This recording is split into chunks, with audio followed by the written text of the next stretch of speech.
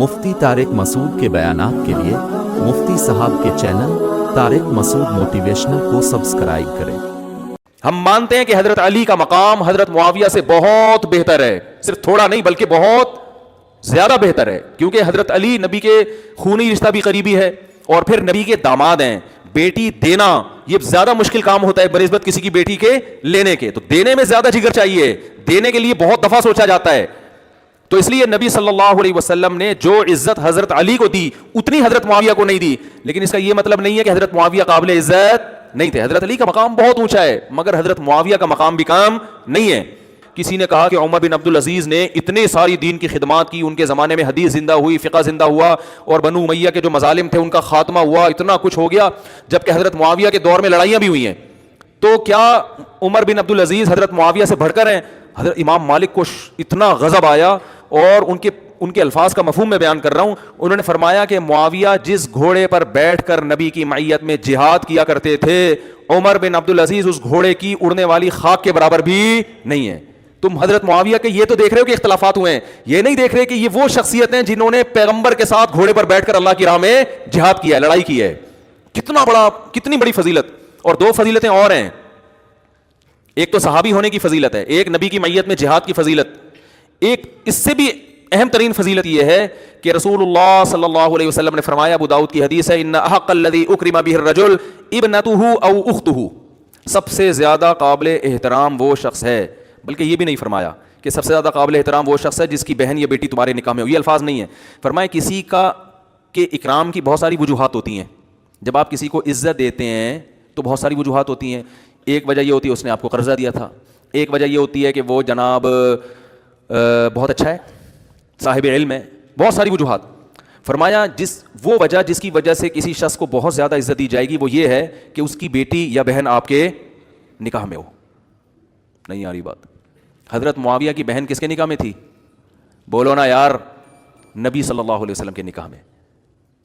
اور ابو سفیان کی بیٹی تھی، وہ کس کے نکاح میں تھی؟ نبی صلی اللہ علیہ وسلم کے نکاح میں۔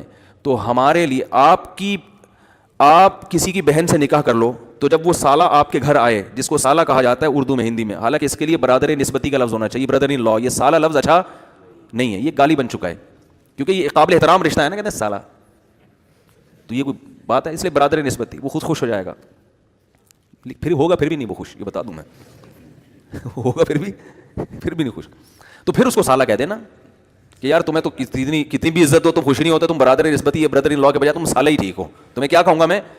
تو پہلے اس کو ٹیسٹ کرو، ورنہ اصل لفظ اس کے لیے کیا ہے؟ برادر ان لا یا برادر نسبتی، فارسی میں کہہ لو یا انگلش میں کہہ لو۔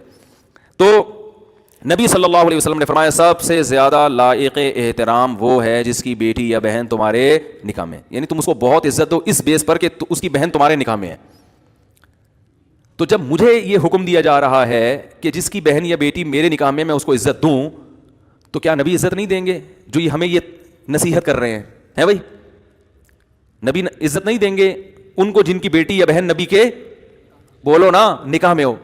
اور نبی عزت دیں گے تو کیا ہم پر واجب نہیں ہے کہ ہم ان کو بہت زیادہ عزت دیں؟ اس لیے کہ ہمارے پیغمبر نے جس سے نکاح کیا، ہمارے پیغمبر نے جس سے نکاح کیا، حضرت معاویہ کی وہ کیا تھیں؟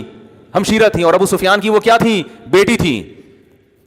تو اہل بیت کے نام پہ دیکھو، اہل بیت سے محبت ہمارے ایمان کا جزو ہے، مگر جیسے عیسائیوں نے حضرت عیسیٰ کی محبت کے نام پہ اللہ کے حق کو کیا کر دیا؟ گھٹا دیا، کیا عیسیٰ کو اللہ کا بیٹا بنا دیا۔ بہت سے بدعتیوں نے، مشرکین نے محمد صلی اللہ علیہ وسلم سے عشق اور محبت کے نام پہ ان کو حاضر ناظر مشکل کشا بنا کر کس کا حق گرا دیا؟ اللہ کا حق گرا دیا۔ ایسے ہی میں سب کی بات نہیں کر رہا، بہت سے لوگ اہل بیت کا لیبل لگا کے ان لوگوں کا مقام گرا دیتے ہیں جن کو نبی صلی اللہ علیہ وسلم نے عزت اور مقام دیا۔ آپ کسی کو ایسا پروٹوکول نہ دیں کہ اس کے پروٹوکول میں دوسرے کی بے عزتی ہونا شروع ہو جائے، یہ جائز نہیں ہے، اسلام یہ غلو ہے، یہ افراط و تفریط ہے۔ تو صحابی رسول کو یہ پروٹوکول کیوں ملا؟ اس لیے کہ انہوں نے پیغمبر صلی اللہ علیہ وسلم کی صحبت اٹھائی۔ تو مجھے اگر کہیں موقع ملے کسی بزرگ کی زیارت کا، میں کوئی بہت نیک آدمی نہیں ہوں، نہ کوئی بہت بڑا فنڈر ہوں، نہ میں دعویٰ کرتا ہوں میں بہت بزرگوں کی عقیدت ہے، ٹوٹے پھوٹے جو بھی اللہ کبھی توفیق دے تو میں کوشش کرتا ہوں کہ زیارت، بولو نا، کر لی جائے، کہ شاید قیامت کے دن کام آ جائے۔ تھوڑی بہت کوشش کر لیتا ہوں کہ شاید تھوڑی سی اس عقیدت کو اللہ تعالیٰ قیامت کے دن بڑا بنا دے۔ اور مجھے کسی نے بتایا امریکہ میں ایک صاحب استخارہ نکال کے بتا رہے ہیں اور کہ یہ کر لو یہ نہیں کر لو، میں نے، اور وہ مفتی بھی ہیں، میں نے کہا جیسے دن اور رات جمع نہیں ہو سکتے نا, مفتی اور استخارہ جمع. مفتی کو سب سے پہلے پتا ہوتا ہے کہ استخارے میں کچھ نکل ہی نہیں سکتا, تو کہاں سے نکال کے پبلک کو بتا رہا ہے یہ, نہ کوئی سگنل نہ کوئی اشارہ. اللہ کو دعویٰ کرنے والے لوگ پسند. ان اللہ لا يحب من کان مختالا فخورا. قرآن کے الفاظ دیکھو کہ اللہ تعالیٰ کو تکبر کرنے والا اور شیخیاں بھگارنے والا پسند نہیں ہے. شیخیاں بھگارنا کسے کہتے ہیں؟ اب تو اللہ کا بڑا فضل ہے, اب تو الحمدللہ سب کام سیٹ ہو رہے ہیں, اور اللہ دیکھا میں نے وہ تہجد پڑھی تھی, اس کا کیسا زبردست.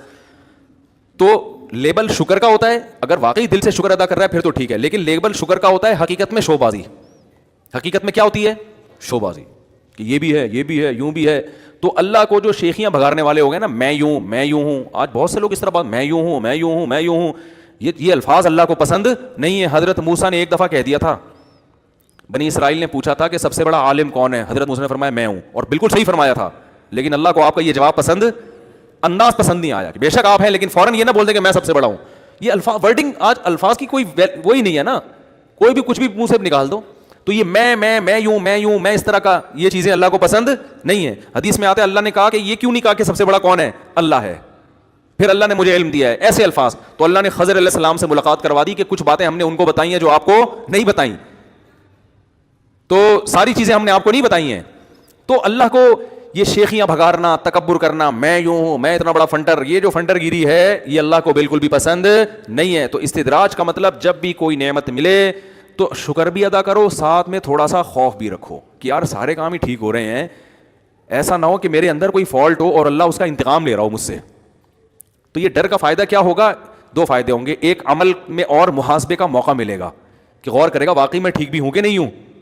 ایسا نہ ہو کہ میں اپنے آپ کو ٹھیک سمجھ رہا ہوں اور اس ٹھیک سمجھنے میں غلطی پر ہوں. ہو سکتا ہے میرے اندر کوئی فالٹ ہو جو میرے سامنے نہ, اس فالٹ کی وجہ سے نعمتیں مل رہی ہوں.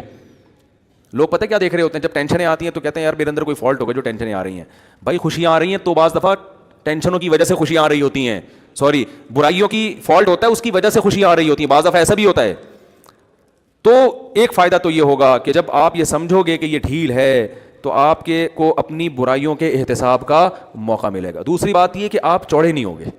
تھوڑا سا ڈر رہے گا نا, تو جس کے دل میں تھوڑا سا خوف ہوتا ہے وہ چوڑے میں بولو نا یار نہیں آتا. دیکھو ایک سونے کی گھڑی پہن کے کوئی گھوم رہا ہے, اگر اسے خطرہ نہیں ہے نا, کوئی بھی نہیں چھینے گا, کوئی بھی ڈاکہ نہیں ڈالے گا, تو ایسے گھما کے دکھائے گا اور چوڑے میں آ جائے گا. وہ غریبوں کو اور زیادہ دکھائے گا, نیچا دکھائے گا ان کو کہ تم کیا پہنا ہوا ہے تم نے یار, یہ کوئی پہننے کی چیز ہے. لیکن اگر اسے ڈر ہے کہ بھائی گلی محلے میں ڈاکو چور بھی گھوم رہے ہیں جو چھین سکتے ہیں, اس خوف کا نتیجہ نکلے گا کہ پہنے گا لیکن آستین کیا کرے گا, اوپر رکھے گا. کبھی کبھار تھوڑی سی شو بھی مارے گا, پھر ڈرے گا بھی یار یہ شو کہیں مہنگی نہ پڑ جائے. تو جس عمل سے خوف بالکل نکل جاتا ہے اس عمل کا نقصان یہ ہوتا ہے کہ انسان تکبر اور اترانے میں آنا شروع ہو جاتا ہے.